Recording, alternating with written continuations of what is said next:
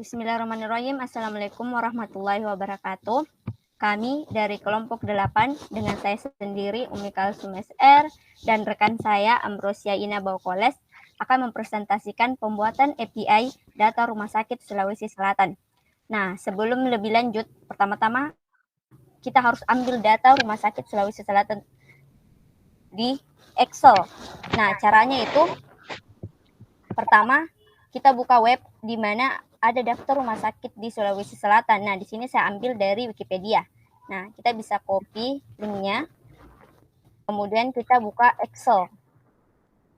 Nah, di Excel ini kita bisa pilih data. Kemudian pilih from web. Nah, kemudian masukkan URL yang sudah di-copy sebelumnya. Kemudian kita pilih OK. Nah, di sini ada 3 table.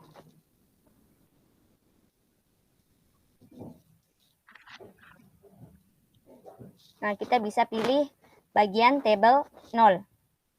Kemudian kita transform data.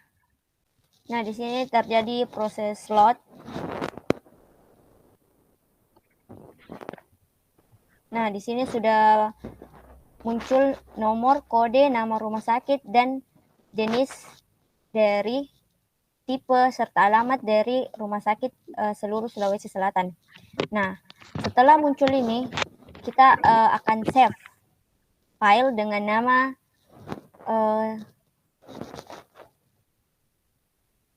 nama file data RS dalam bentuk CSV.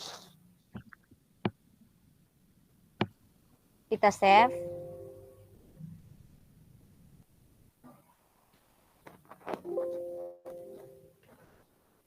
Nah, setelah itu kita masuk di database-nya. Pertama kita harus buat database baru. Kita bisa klik new, kemudian tuliskan nama database-nya.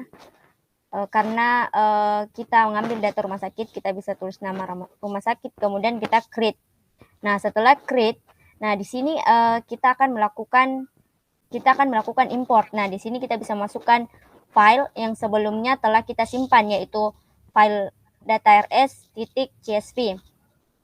Setelah itu kita bisa go, karena sebelumnya saya telah membuatnya, maka kita bisa lihat di sini ada data rumah sakit. Nah, di sini kita bisa lihat sudah muncul kode, nama rumah sakit, jenis, tipe, serta alamat sesuai dengan yang ada di Excel yang telah kita scraping sebelumnya. Nah, kemudian setelah kita mengambil data, selanjutnya kita akan membuat tampilan utama dari web dokumentasi ini. Di sini kita bisa lihat tampilan secara sederhana, di mana kita bisa melakukan login, serta mengambil data dokumentasi dari API. Nah, kita bisa lihat codingannya di sini. Nah, di sini kita bisa lihat ada navbar yang berisi API dokumentasi, kemudian navbar login, kemudian ada header-nya di sini, ada API data rumah sakit sebagai platform API, kemudian di sini ada header kedua, dan serta di sini ada footer. Setelah membuat tampilan utamanya, kita akan masuk di bagian login. Kita bisa masuk di bagian login. Nah, di login ini kita akan memasukkan username serta passwordnya. Nah, untuk mendapatkan username dan password, kita terlebih dahulu harus membuat table user di database. Nah, di sini saya telah membuat table user. Nah, di table user ini kita akan membuat 3 kolom yang berisi nama, username, password, dan key token yang akan kita dapatkan setelah melakukan login. Nah, untuk codingannya sendiri, kita bisa lihat di sini. Pertama ada codingan untuk tampilan awalnya, untuk loginnya itu berisi dengan username yang akan kita masukkan, kemudian password, kemudian kita bisa melakukan submit. Kemudian Setelah itu kita bisa lihat, kita bisa masukkan username-nya di sini. Saya masuk username Umi dengan password Umi. Nah, kemudian kita submit. Nah, di sini setelah kita submit, akan muncul tulisan generate API key atau token. Nah, di sini akan muncul tulisan selamat datang dari tulisan username yang telah kita masukkan sebelumnya. Nah, di sini kita bisa lihat dia masuk di bagian generate key. Nah, di sini kita akan menghubungkannya dengan database. Kita bisa klik generate key atau token.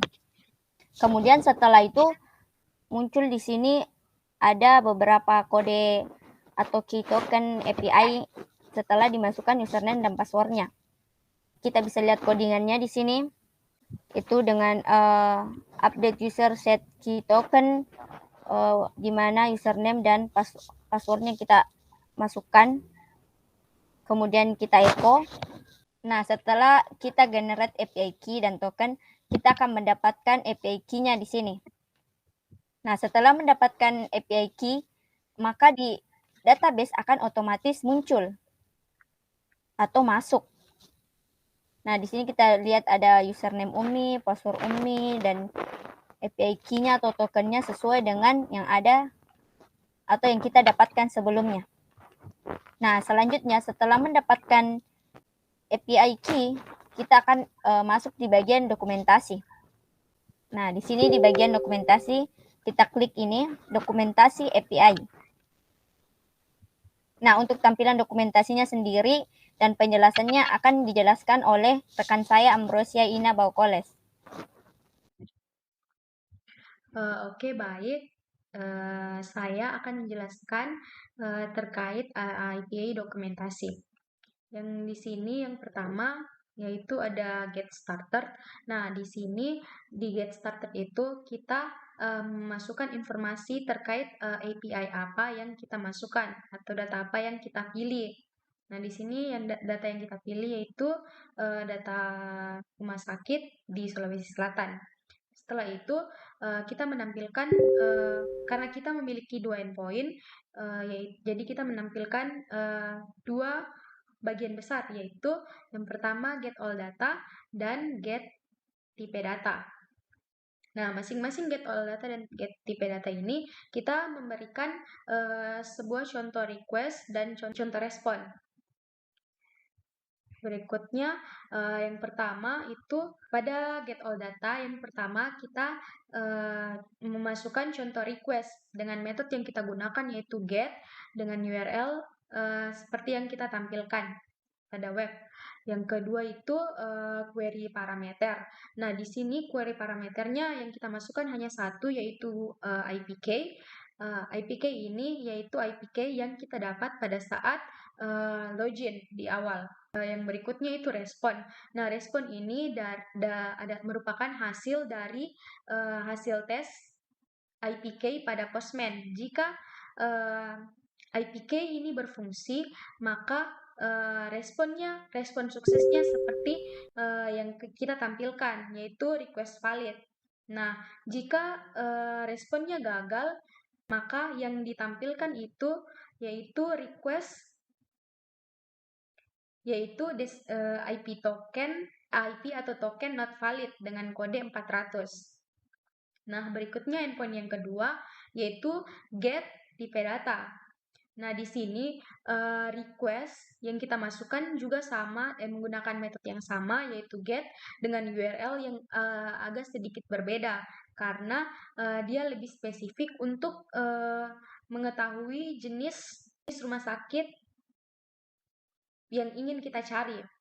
Di sini query parameter ada dua, IPK dan jenis. Nah, IPK-nya itu masih sama seperti yang get all data karena satu user hanya bisa memiliki satu IPK.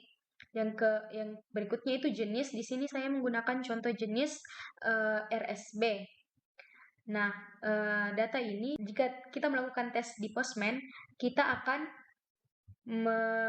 menerima dua respon, yaitu respon sukses, description-nya request valid, dan dia akan memunculkan semua data rumah sakit yang berjenis RSP RSB saja.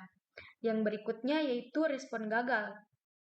Nah, respon gagal di sini description-nya akan muncul IPK atau token not valid dengan kode 400. Nah, berikutnya untuk memastikan apakah IPK yang kita dapat pada saat login itu berfungsi dan bisa menampilkan data atau tidak, kita akan melakukan pengetesan pada Postman. Nah, saya akan kembalikan kepada teman saya untuk menjelaskan pengetesan IPK di Postman. Nah, baiklah, sebelum kita coba langsung di Postman, nah, di sini kita bisa membuat satu user access atau user-user yang bisa mengakses dokumentasi adalah user-user yang telah mendapatkan key atau token yang sesuai dengan yang database. Nah, di sini kita bisa lihat kalau berdasarkan URL, kalau key atau tokennya sesuai dengan yang database akan muncul tulisan key atau token valid. Begitupun dengan sebaliknya, jika tidak sesuai maka akan muncul key atau token not valid. Nah, di sini bisa juga kita buat user access berdasarkan header-nya. Nah, di sini bedanya yaitu kalau URL kita langsung di bagian URL-nya seperti ini. Nah, sedangkan tadi header kita bisa memasukkan key dan jenisnya misalnya di dalam header ini. Nah, di sini kita akan coba dua endpoint yaitu get all data dan get berdasarkan tipenya atau get by type.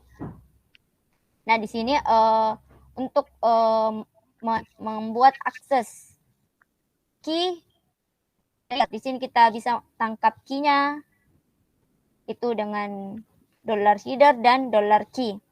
Kemudian kita bisa mengambil dari database atau check connection, kemudian buat query, kemudian ada kondisi jika berhasil akan muncul tulisan status 200 dan jika tidak akan muncul tulisan 400. Begitupun dengan get by type. Seperti sebelumnya kita tangkap key-nya dulu, kemudian kita pengambilan data dari database, kemudian kita buat query-nya. Baiklah, kita langsung saja coba di Postman. Nah, kita bisa salin linknya. Yang pertama untuk get all data.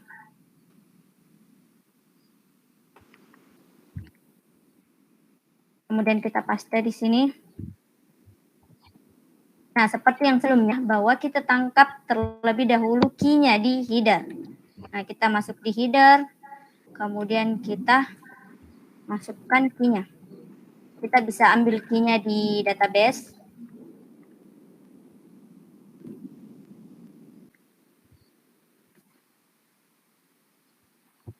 Ini ada key-nya, kita bisa copy.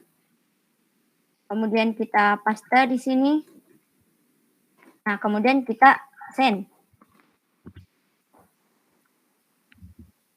Nah, di sini terdapat status kode 200 description request valid. Nah, di sini ada sekitar 60 data. Nah, kita bisa lihat di database pun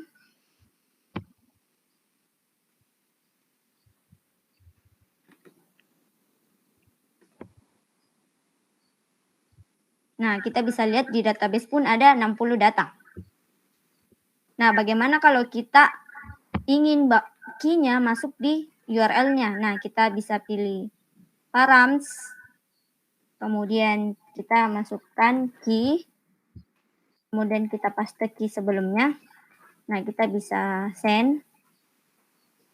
Nah, di sini juga terdapat status kode 200 description valid. Nah, bagaimana jika key yang dimasukkan adalah key yang tidak ada di database atau key yang salah? Nah, kita contoh di sini kita masukkan atau tambahkan angka dan huruf. Nah, kemudian kita send. Nah, setelah kita send di sini tertulis status kode 400 description API atau token not valid. Nah, untuk endpoint yang kedua, untuk get tipe data, kita bisa salin URL-nya di sini.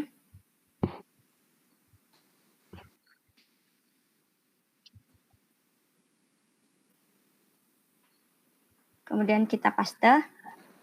Nah, di sini kita masukkan kembali key-nya di header.